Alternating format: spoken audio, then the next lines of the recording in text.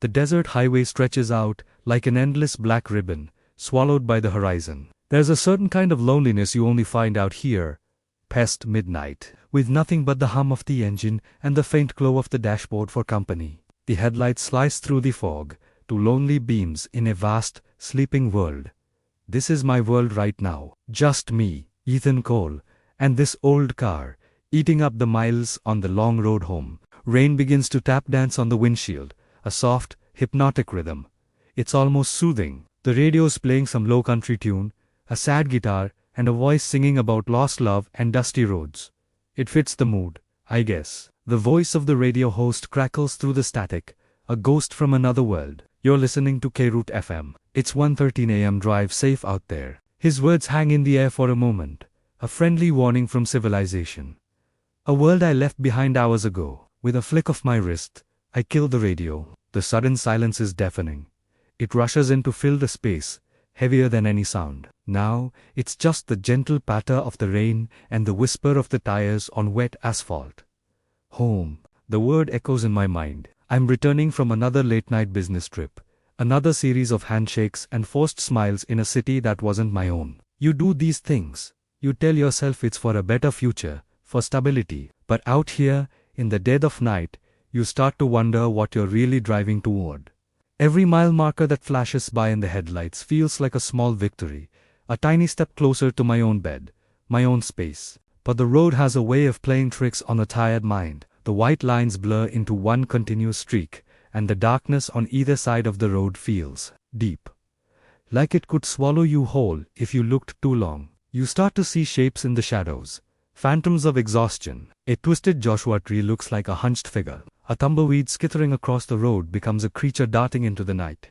It's just the fatigue talking, I tell myself. Just the road. I roll down the window. Just a crack. The cool, damp air rushes in, smelling of rain and wet earth, that clean scent of the desert after a storm. It's sharp and real, and it helps to clear my head, pulling me back from the edge of a highway hypnosis. I take a deep breath, trying to anchor myself to the present moment. This car, this road, this night. It's all temporary. The trip was successful. The deal was closed. That's what matters. That's the reason I'm out here, while the rest of the world is dreaming. But the success feels distant, like it happened to someone else. The only thing that feels real is the vibration of the steering wheel in my hands and the endless road ahead. You think a lot on drives like this. Your mind wanders down forgotten alleyways of memory, replaying conversations, second-guessing decisions. Did I say the right thing in that meeting? Should I have pushed harder on that one point? The professional mask I wear during the day starts to slip, and the person underneath is left to wrestle with all the doubts. It's funny. You can drive for hours and feel like you're not moving at all, just stuck in a loop of your own thoughts. Each mile forward on the pavement can feel like a mile deeper into your own head. Up ahead, I see a flicker of light, a single, buzzing neon sign that reads, "Eat." It's one of those classic 24-hour diners, an oasis of fluorescent light in the middle of nowhere. A part of me is tempted to pull over, to step out of this metal box, and be around another human being, even if it's just a weary cook flipping burgers.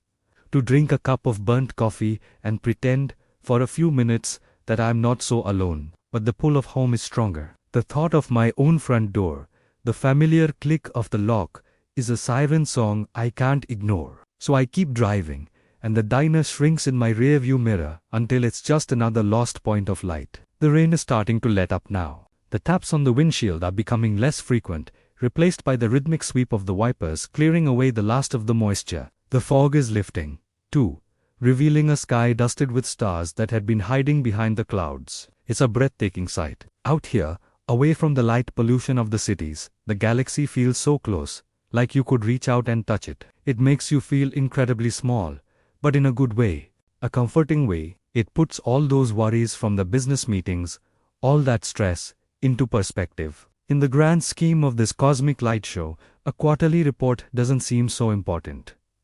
My eyelids are getting heavy. The initial adrenaline of the late-night drive has worn off, replaced by a deep, bone-weary exhaustion. I grip the steering wheel tighter, focusing on the road, on the simple mechanics of driving. Left turn coming up.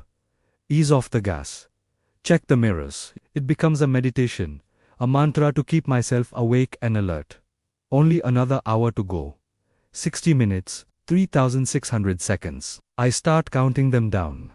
A mental game to keep my mind occupied. It's a race against the encroaching sleep. A battle fought in the silence of my own car. And then, a familiar landmark. The old, gnarled oak tree on the side of Route 47. I've passed it 1,000 times. It means I'm only 15 minutes from home. A wave of relief washes over me so powerful it almost makes me dizzy. The tension in my shoulders begins to release. My grip on the steering wheel loosens. The silent, empty desert highway is giving way to the quiet suburban streets of my town. Street lights start to appear, casting warm, orange pools of light on the road. I pass darkened houses, each one holding a family, sleeping, safe. Soon, that will be me. Finally, I turn onto my street. My street. The houses are all familiar, the lawns neatly manicured even in the dark. And there it is. My house. The porch light I always leave on is shining like a beacon, a personal lighthouse guiding me to shore. I pull into the driveway, the crunch of the gravel under the tires, the sweetest sound I've heard all night. I put the car in park and kill the engine. The silence that follows is different this time. It's not the empty, heavy silence of the desert. It's a peaceful, welcoming silence. The silence of arrival, the silence of home. I sit there for a long moment, just breathing. The journey is over. I made it. I grab my briefcase from the passenger seat. The weight of it a reminder of the world I just left behind. But as I step out of the car and walk towards my front door, that world already feels a million miles away. All that matters now is the key in my hand and the quiet sanctuary that waits on the other side. Home. Have you ever driven down a lonely road late at night when the fog is so thick you can barely see the white lines? That's where our story begins. For Ethan, it was just another long drive home after a grueling week. The kind of drive where the miles blur and your mind starts to play tricks on you. Or so he thought. The fog rolled in thick and sudden, like a curtain dropping on the world. His headlights barely pierced the gloom, creating a tiny bubble of light in a vast, grey emptiness. The engine's hum was the only sound, a lonely companion against the oppressive silence of the night. It was hypnotic, almost peaceful, until he saw it. A shape. A figure standing right at the edge of the road, just ahead. He slowed the car, his heart giving a sudden, hard thump against his ribs. It was a woman. She was wearing a pale coat, her dark hair plastered to her head by the damp air. Her head was tilted down, as if she was staring at her own feet, completely still, like a statue someone had left by the roadside. Every instinct screamed at him to just keep driving. Don't stop. Don't engage. People stranded on roads like this, in weather like this. That's how horror movies start. But his better nature, or maybe just his curiosity, got the best of him. She looked lost. Vulnerable. What if she was in real trouble? He couldn't just leave her out here. He pulled the car over onto the soft shoulder, the tires crunching on unseen gravel. He left the engine running, a low rumble of reassurance, and rolled the passenger window down, but only halfway. A small, cautious compromise. Hey, he called out, his voice sounding louder than he intended in the quiet night. Hey, you okay? Need a ride? The woman didn't move for a long moment. Ethan was about to call out again, when she slowly lifted her head. He couldn't see her face clearly in the fog and shadows, just a pale oval, but her voice. It wasn't a shout, not even a normal speaking voice. It was a whisper that seemed to slither through the damp air and right into his car. Don't go past the curve, she breathed. The words hung in the air, cold and strange. What? What curve? Ethan asked, leaning over the passenger seat, trying to get a better look. I can't just leave you here. It's not safe.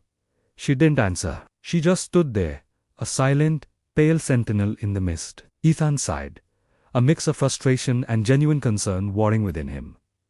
This was ridiculous. He wasn't going to leave her. He decided in that split second to let her in the car, drive her to the next town, and let the local police sort it out. Look, I'm unlocking the door. Just get in. We'll figure it out, he said, turning his head and reaching for the central lock button on his driver's side door panel. It was a simple action, one he'd done 1,000 times. He looked down for only a second, maybe 2 at the most. He pressed the button.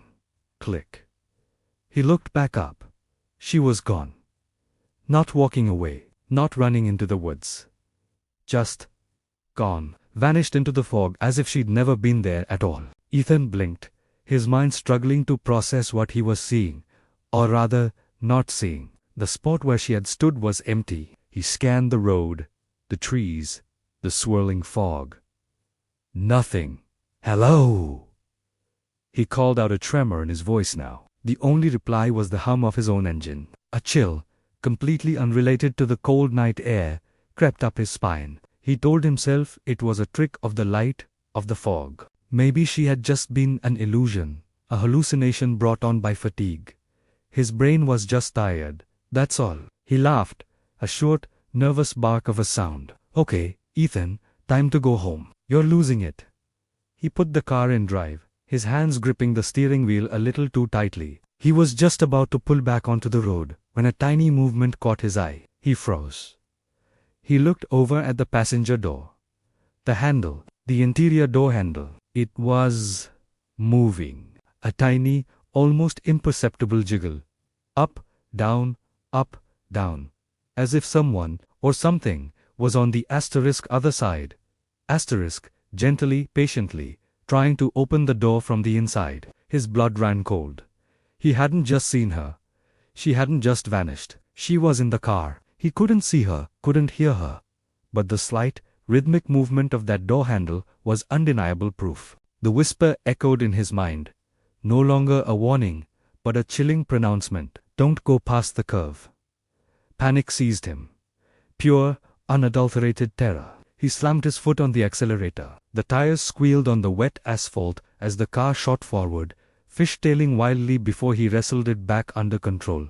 He didn't look at the passenger seat. He didn't dare. He stared straight ahead, his eyes wide, his knuckles white on the steering wheel, his breath coming in ragged gasps. The road straightened out, and ahead, shrouded in the thick fog, was a sharp, blind curve to the left.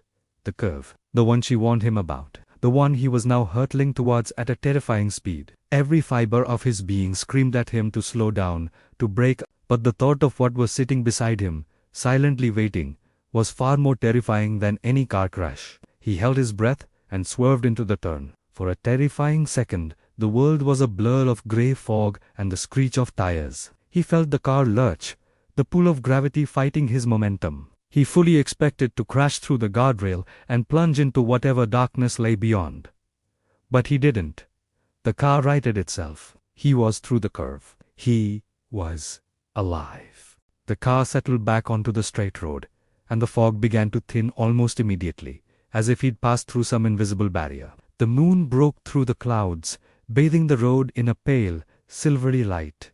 The oppressive silence was gone, replaced by the familiar sounds of the night. Slowly, hesitantly, he dared to glance at the passenger's seat.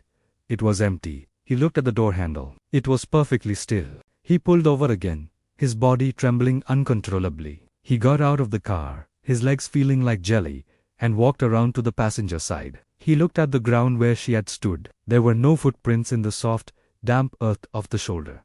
Not a single trace that anyone had been there at all. It was as if the entire encounter had been a dream, a waking nightmare. But he knew it wasn't. He knew she had been there. He had heard her voice. He had seen the door handle move. Ethan never drove that road again. To this day, he doesn't know who, or what, he met in the fog.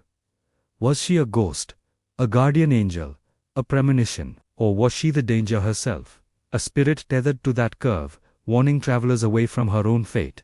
He'll never know. But sometimes, on cold foggy nights, when he's safe at home, he finds himself looking at the passenger seat of his car, and he can't shake the feeling that he's not alone. And he hears that whisper, a faint echo in his memory, "Don't go past the curve." The hum of the engine was a familiar lullaby, the only sound accompanying Ethan on his long, solitary drive through the winding back roads of Appalachia. The moon, a shy sliver in the inky sky, offered little light, forcing the high beams of his old sedan to cut a lonely path through the oppressive darkness. He was tired, his eyelids heavy, but he was also close to home. Just a few more miles. Mile marker 12. Blinked past, a silent sentinel in the night.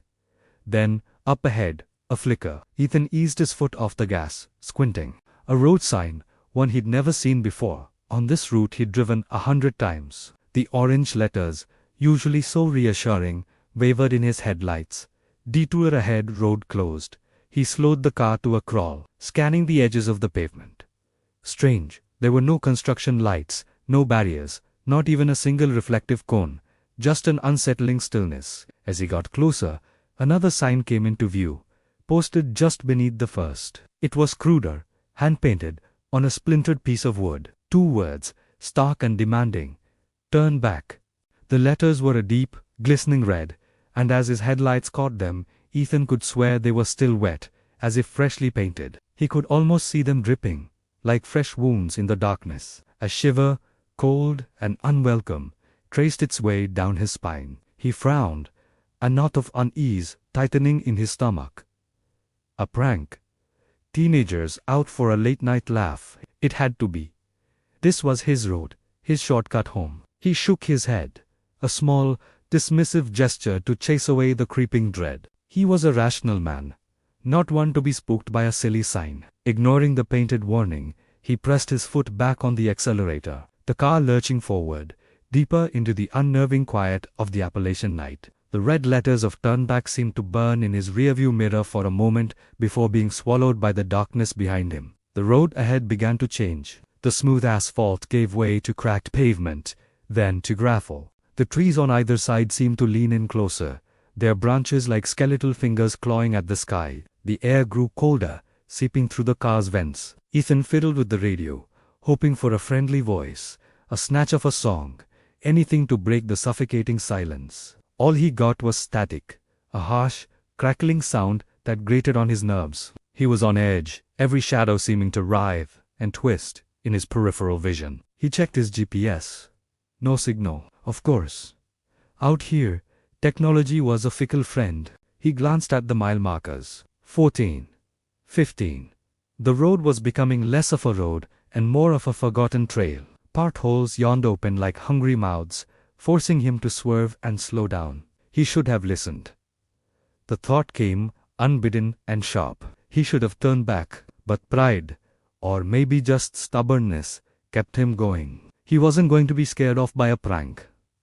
Suddenly, a shape darted across the road. Ethan slammed on the brakes, his heart hammering against his ribs. The car skidded on the loose gravel, tires screaming in protest before coming to a jarring halt. He stared into the darkness where the shape had vanished.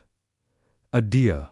A fox. It was too quick, too tall. It had looked almost human, but gaunt, impossibly thin, and it moved with a lurching, unnatural gait. He took a deep, shaky breath, his knuckles white on the steering wheel. Just a deer, he whispered to himself, the words feeling hollow and unconvincing in the vast emptiness. He tried to start the car again. The engine sputtered, coughed, and died. He turned the key again. Nothing. A click. Then silence. A cold dread, far more potent than before, washed over him. He was stranded, on a closed road, in the middle of nowhere, with no cell service. And something was out there in the woods. He could feel it, a palpable sense of being watched, of a malevolent presence lurking just beyond the reach of his headlights. He locked the doors, the sound echoing loudly in the silent car. He peered out the windows, his gaze darting from the dark tree line on his left to the one on his right. The woods were a wall of black, impenetrable. But then he saw it, a flicker of movement. Deep within the trees, 2 points of light glinted back at him. Not the reflection of an animal's eyes. This was different. It was a dim, sickly yellow glow, like embers from a dying fire, and they were moving slowly, deliberately towards the road. Towards him, panic seized him. He fumbled for his phone again, hoping, praying for a single bar of signal. Nothing. The yellow lights were closer now, emerging from the cover of the trees. They weren't just lights, they were eyes. Eyes set in a pale, gaunt face that seemed to float in the darkness. The figure he'd seen earlier. It was standing at the edge of the woods, its long, spindly limbs barely visible, its head cocked at an unnatural angle. It just stood there, watching him, its glowing eyes unblinking. Ethan's breath hitched in his throat. He couldn't scream.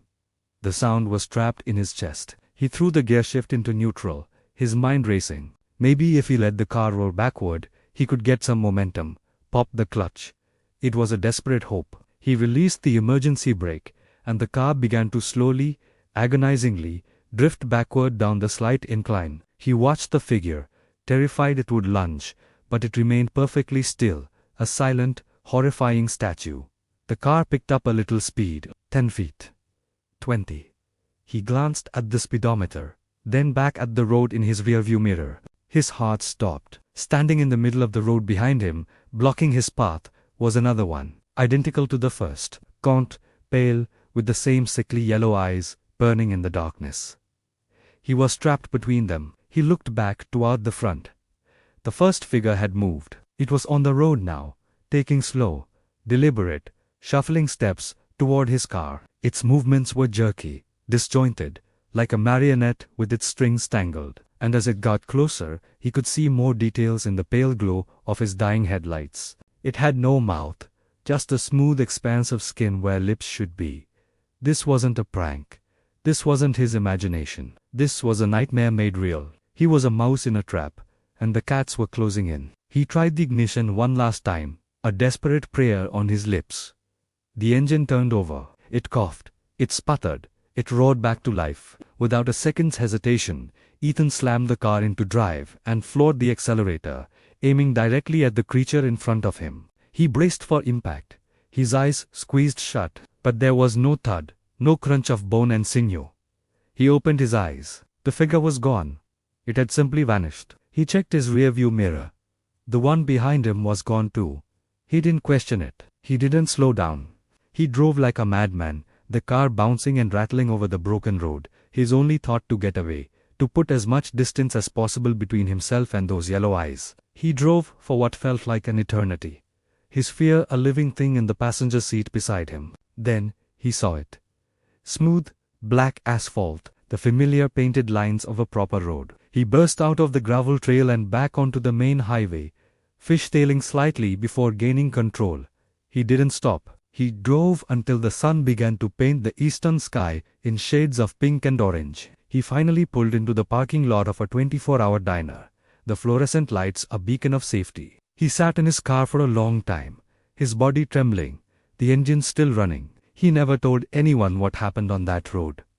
Who would believe him? Sometimes, late at night, when he closes his eyes, he can still see them. The crude, dripping red letters, turn back, and the sickly yellow eyes, watching him from the darkness. He learned a valuable lesson that night. Some warnings, no matter how strange, are there for a reason, and some roads are best left untraveled.